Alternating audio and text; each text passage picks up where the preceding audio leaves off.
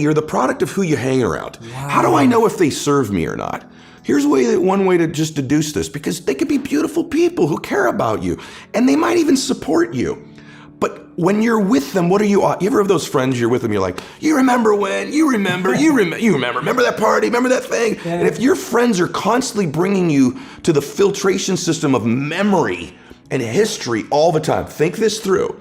How often are those friends saying, hey, what are you working on now? Where are you going? What's your vision? What do you want to create? And maybe that sounds hokey, but you and I have both our friends have the most amazing histories, and you can't get them to talk about them. No. You have to work, because what are they still doing? Yeah. They're talking about now and where they're going. Yeah. Their viewpoint in their life is being present and having a vision for the future. Yeah. A formula for misery, a formula for lack of creativity, lack of productivity is constantly being history and memory. Yeah. Even if it's good, it doesn't serve us. And for most of us, it's not good.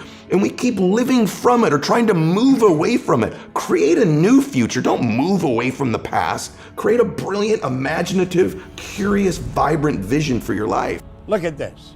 Success is 5% strategy, 95% mindset. Now, I didn't always know that. I was sitting with a woman. She's a distributor, consultant of ours, Catherine Weischuppel in Germany. I remember I was interviewing her. Gina, my assistant, was sitting with me. She was taking notes. And Catherine said, success is 5% strategy, 95% mindset. I'd never heard that before. I thought about it. I thought, Teresa, she's right. That resonated with everything in my mind. It felt perfectly comfortable. 5% strategy, 95% mindset. I remember the story that Vanessa Bryant told about Kobe Bryant after he passed away. I was fortunate enough to interview him around 3 months before his tragic passing. And she told this story, and she said that Kobe would play through every injury. He would play through every pain. He would play through everything, even when the doctors and his coaches would say, stop playing. And she asked him, she said once, why he still plays. Right? Again, going back to our curiosity, not assuming you know your partner. She asked him, why do you still play? And this is just her and him. There's no cameras, she's telling this story, but at the time it was just them two. He said it's because there's someone who's paid for a ticket today. They saved up, and this is the only time they're ever gonna be able to come. Maybe a dad's brought his kid, maybe someone's come to the game, they're a lifelong fan, and they came today, and today's the only day they're gonna get to see me. And if I say I'm injured, they won't get to see me. So I'm gonna play so that person, that one person, gets to see me play, and then he goes and wins. Yes. And it's like, that's love. Your conscious mind is interesting. It's very interesting. So is the subconscious in the body. The conscious mind is your thinking mind.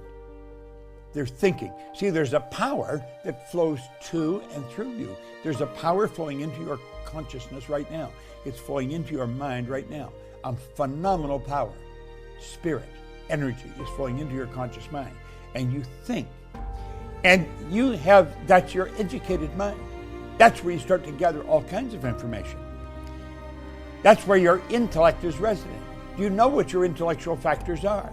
Most people don't.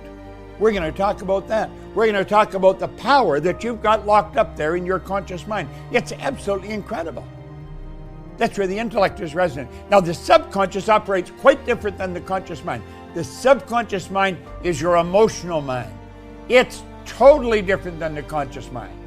See, the conscious mind has the ability to choose. The subconscious does not. Conscious mind has the ability to choose. The conscious mind can accept or reject. The subconscious mind cannot do that. The subconscious mind can only accept. It has absolutely no ability to reject. And the subconscious mind has no ability to originate. Your conscious mind has the ability to originate. You're a creative being. You can originate ideas.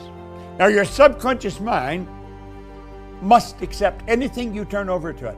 See, the conscious mind chooses, the subconscious must accept it. And the only way to get to the subconscious is through the conscious. There is no other way to get to the subconscious mind except through the conscious. Your subconscious mind cannot reject.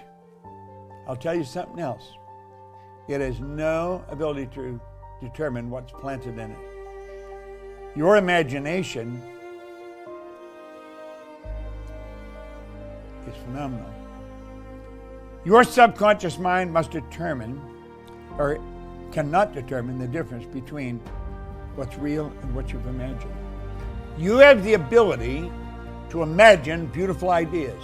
You can imagine your life in a certain way, and if you get emotionally involved and stay feeding that idea, it has to happen as sure as it's dark out tonight. Now, watch this information. This is on the mind. Now, I think you're not going to devour all this all at once. You're just not going to do it. Now, let's look. With that information I've given you, let's look here. There's the conscious mind. There's you today. You're getting information from social media, from other people, from Netflix, from podcasts. It's pouring into your conscious mind. And because you have the ability to think, remember I said you could accept or reject it? Most of that information that's coming at you is negative information. You got the ability to reject that, to say, get out of here. Now look, you can say, I'm not accepting it, get out of here. But you know something? Most people don't do that. What happens? Well, the truth is, they're not thinking. And because they're not thinking, their mind's wide open. What did we say about the subconscious? It had no ability to reject. Love for something is in the present moment also, right? Wow. Love is not just for the past. And it's funny how important one day is, man. When my dad got sick, my dad got cancer. When he first got sick, he goes, hey, my dad was a dude. He goes, look, I'll fight this one time. Okay, I'll do your little chemo and your surgery, but I'm not gonna pour poison into my body. I'm not gonna lose my hair. I'm not gonna deteriorate. I'll give this thing a shot once. If it doesn't work, I'm out. That led to 8 years of him fighting it. Wow. Chemo, radiation, proton therapy, surgery, chemo, experimental chemo, and he did lose his hair and he was in pain. And I'd say to my dad, I say, Dad, you're suffering so much. He said, you wouldn't suffer.